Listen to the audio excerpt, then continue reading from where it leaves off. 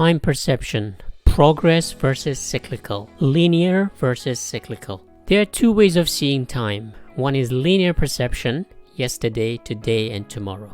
You are born, live, and then die. This is a common structure in stories, beginning, middle, and end. This notion of time, as Aristotle said, presupposes that everything has a purpose, or telos. We are heading towards heaven in religions, perfection in art, and absolute knowledge in science.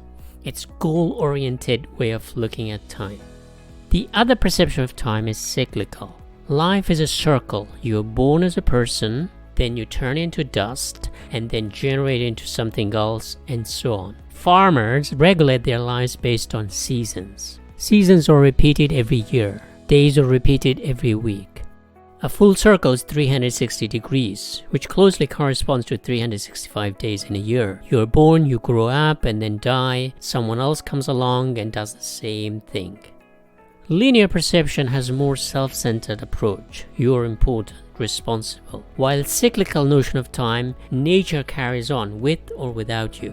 Where are these perceptions more prevalent? Aristotle, often considered the father of Western philosophy, believed in linear time. Progress is at the heart of Western philosophy. The idea that as time moves on, things get better. Nobody would ideally want to live in the past. Future is full of hope and people are determined to make things better.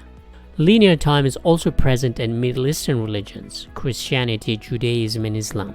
Life and then afterlife. There's a straight line that you can draw. Cyclical view of time is more recognized in Eastern philosophies such as Hinduism and Buddhism. Reincarnation is cyclical.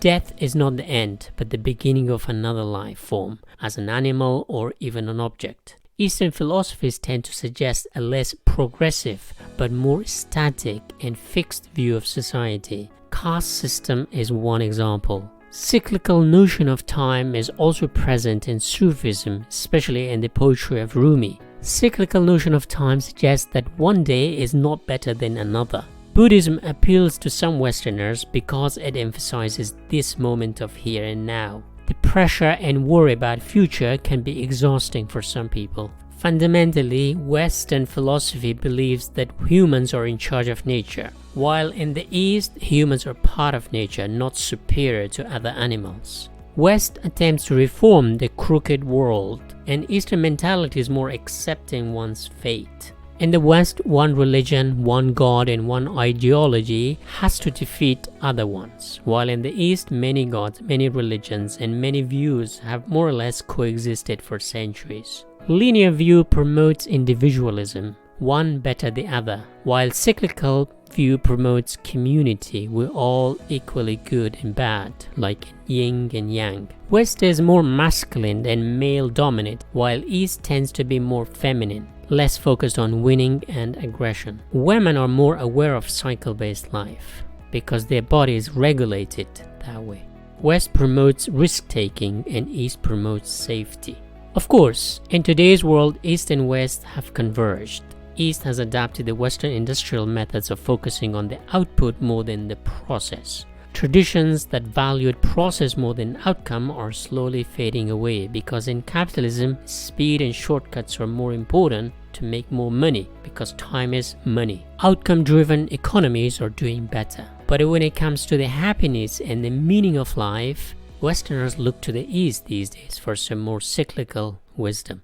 In physics, entropy favors disorganization and chaos. Modern science is driven by a linear method of finding truth, one truth, or the single best method of doing everything. For example, economic growth is seen the only measure of progress for any country right now. Happiness? Only Bhutan emphasizes happiness before economic growth. Is there any other way of looking at time apart from the linear and cyclical notions? In colder climate, time is used to achieve something, to avoid cold winters. In hotter climate, time is to spend with others. There is no winter, so what is the rush? There is also a notion of vertical time. Henri Bergson talked about inner time that speeds up and slows down depending on our experience. This can be seen in Marcel Proust's novel In Search of Lost Time. In some experiences like smell or sound or taste, suddenly triggering a memory of the past and transporting us to a moment in the past. Time stands still and shoots upward. This vertical notion of time is tied to our intuition or imagination of how we perceive time inside us. No two moments are the same. Time is not solid, but more flexible and fluid. What do you think?